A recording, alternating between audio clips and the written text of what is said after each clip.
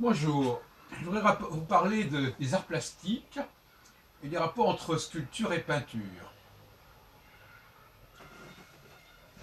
Là, par exemple, j'ai un personnage, une petite sculpture, une petite statue, un personnage jouant de la contrebasse, apparemment. Et à côté de cela, j'ai une peinture.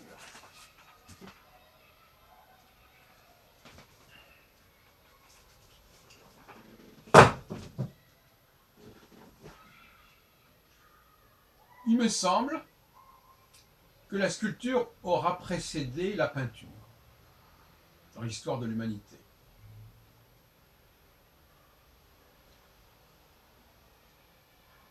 Je pense qu'elle a joué un rôle très important. Les enfants apprennent la pâte à modeler. Dans l'humanité très ancienne. Je ne sais pas si on a retrouvé des sculptures, probablement. Et on connaît bien ces fameuses sculptures de Vénus, Aphrodite, Ishtar. Et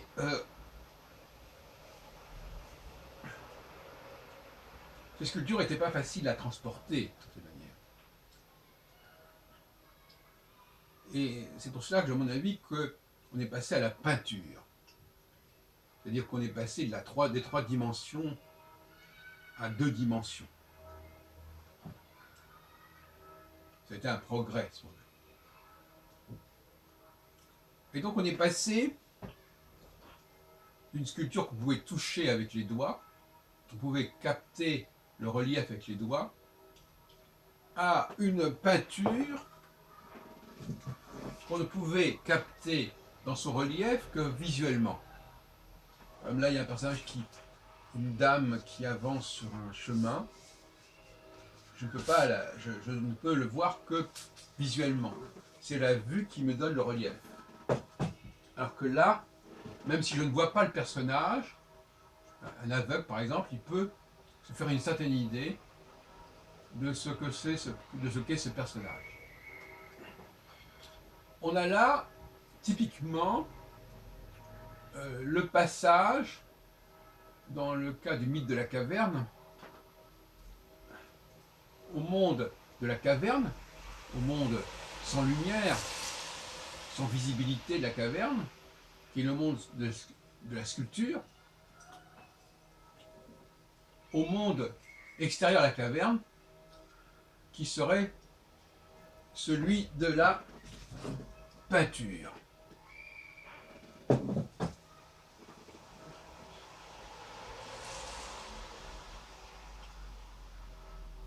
On pourrait passer aussi au niveau musical, que dans la caverne on faisait certains bruits,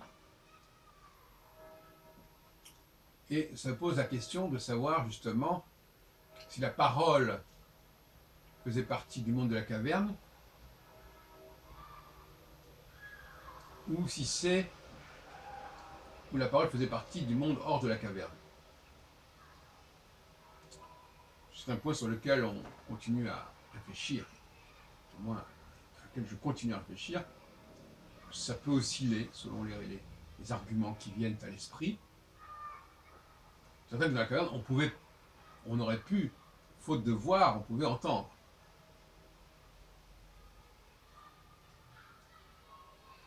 Et dans ce cas-là, entendre, oui, mais entendre jusqu'à quel point? Dans ce cas-là,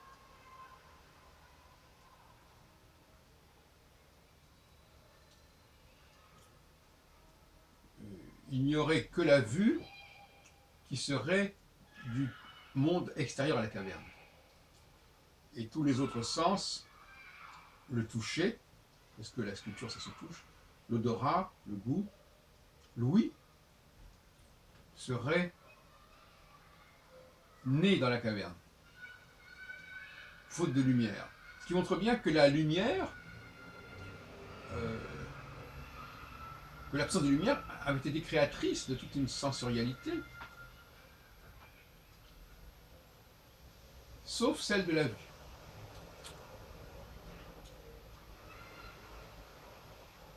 nous aurions gardé donc les facultés propres au monde de la caverne, et nous aurions acquis en plus, en supplément, tout ce qui est de l'ordre du visuel.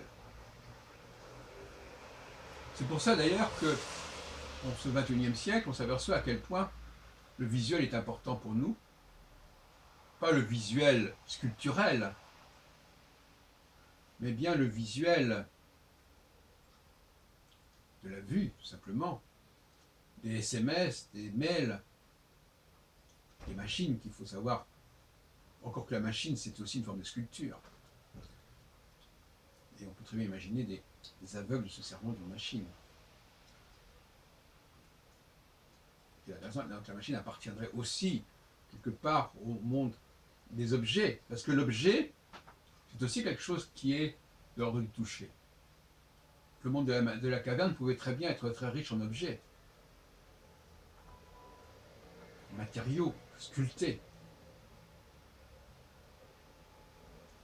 Donc nous devons beaucoup au monde de la caverne de certaine manière. Et en même temps, la vue est un organe majeur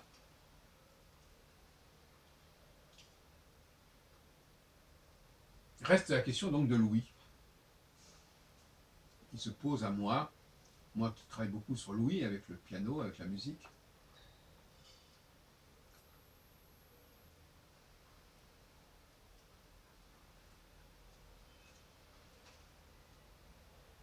On peut donc penser, du moins dans l'immédiat, que ce monde du toucher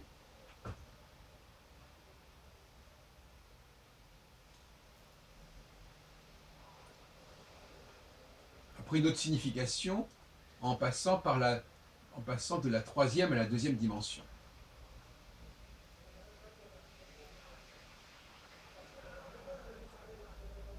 Pour des raisons de simplification, d'ergonomie, qui sont toujours actualité jusqu'à présent. Au fond, nous travaillons surtout sur la deuxième dimension quand nous regardons un film, quand nous regardons un écran. La troisième dimension étant réservée en quelque sorte à la caverne. Et quelque chose qui finalement nous avons tendance à ne rencontrer que dans le domaine sexuel essentiellement. C'est là que nous travaillons vraiment sur la troisième dimension. Parce que le corps de l'autre est une forme de sculpture en fait.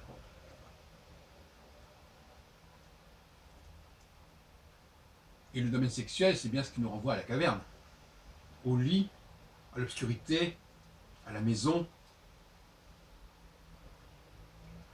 C'est ce qui nous fait régresser vers la caverne. Nous renonçons plus ou moins au visuel. Le visuel, c'est ce qu'on voit quand on sort de la caverne. Et au lit, on peut parler, on peut murmurer, on peut dire des choses, même quand on ne voit rien. Autrement dit, il y aurait 4 sens qui seraient ceux de la caverne: le toucher, l'ouïe, le goût, l'odorat, et un seul sens qui serait celui à l'extérieur de la caverne, qui serait la vue. Et c'est aussi une façon de rappeler que l'écrit n'est pas au départ quelque chose qui se voyait, mais quelque chose qui se palpait, qui se touchait. Et c'est pour ça qu'aujourd'hui, le mot la vue, quand on dit je vois un texte, je lis un texte, ça n'a rien à voir avec le fait de voir un objet, de voir le soleil, de voir les montagnes. Il y a une ambiguïté sur le mot vue, et donc je préférerais parler, comme je l'ai dit, d'une vue sculpturale, et d'une vue à 3 dimensions et d'une vue à 2 dimensions.